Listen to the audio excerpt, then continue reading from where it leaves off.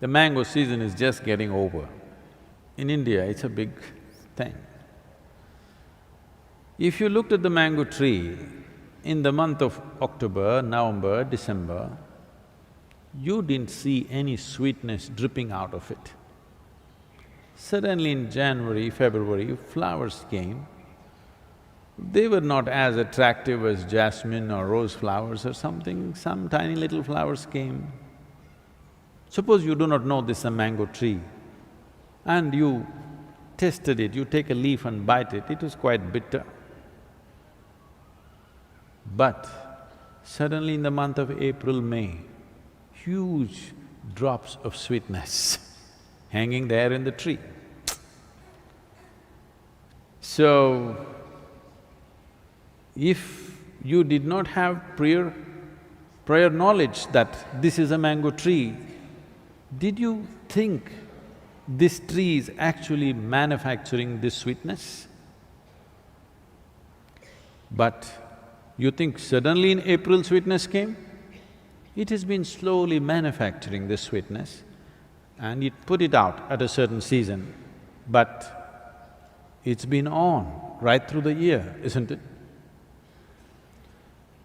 Mangoes happen only in one season. You notice the sweetness only at a certain time. This does not mean the mango tree was not striving and working to produce that sweetness. You cut any part of the mango tree and taste it, you will not find a slightest tinge of sweetness, believe me. But when the mango comes, how much sweetness? Where is it coming from? It's been working on it, you couldn't see it. Similarly, is it a process? For sure it's a process. But can everybody see the process, identify the process? No. When somebody is evolving on the spiritual path, others thought he's a nutcase. Somebody thought he's vagrant, somebody thought he's a vagabond, somebody thought he's something else. But when the sweetness came, everybody who tasted realized that this is a fantastic thing. So, nothing in the universe happens bang, bang, bang. Everything is a process. Can you identify the process? Can you recognize the process, is the question. Generally, anybody who carries, generally among human beings, when they're children, any child which carries a certain level of genius within him, which is irrepressible. Everybody has genius within them, but they're repressible. Systems in the society, their own fears, their own anxieties, their own need for security represses their genius. Every human being has some kind of genius, but over 90% of the human beings never find expression to it because they give in to other things. Other things become more important. When you were 12, 15, you thought, I'll do this, I'll do that, I'll go to the moon. But you saw the neighborhood girl and started calling her the moon. Moon disappeared. So, like this, in everybody, the possibility is wide open. The thing is, can you sustain the process and allow it to become that possibility? Between possibility and reality, there is a distance. Most people neither have the courage nor the conviction to walk the distance. Largely, spiritual process is a kind of an entertainment. Go to discourse after discourse, discourse after discourse, read more and more books and debate how your Atman, Paramatman, your soul is floating here, there, and about heaven and hell and everything, but do nothing about this. It's largely like entertainment. So, there is a process for sure.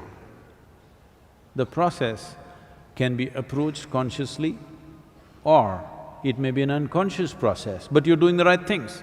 This is the beauty of this universe.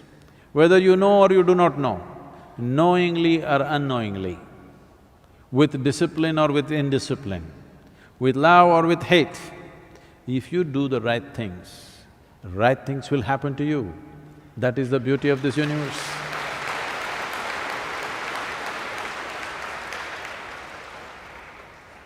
So Adi Shankara said, yogaratova bhogaratova. Somehow, either through yoga or bhoga, somehow do it. Somehow find the truth of your inner nature, because what we are considering as truth is simply this. Whatever works on all levels of life must be the truth, isn't it?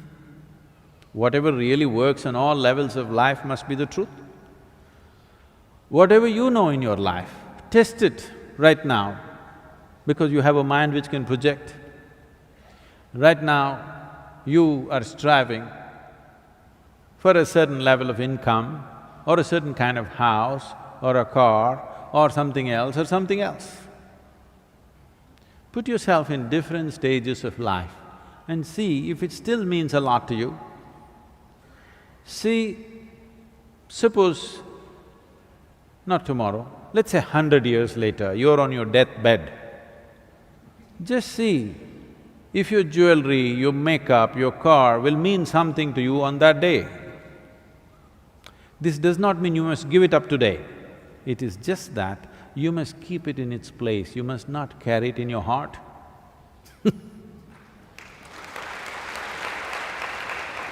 There is a difference between using something and being used by something. Most people do not know how to use the things that they buy. The things that they buy are using them up. They're enslaving the human being. Whatever things you want to use, you can use, that's not an issue. But the problem is, you let those things use you. This is not okay.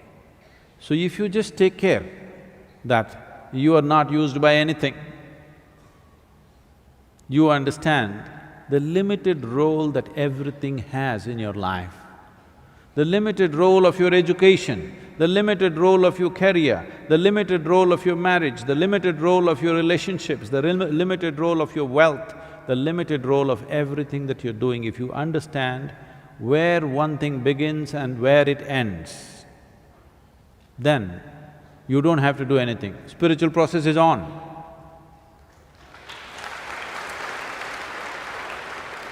When the season is right, the flowers will bloom and mangoes will come.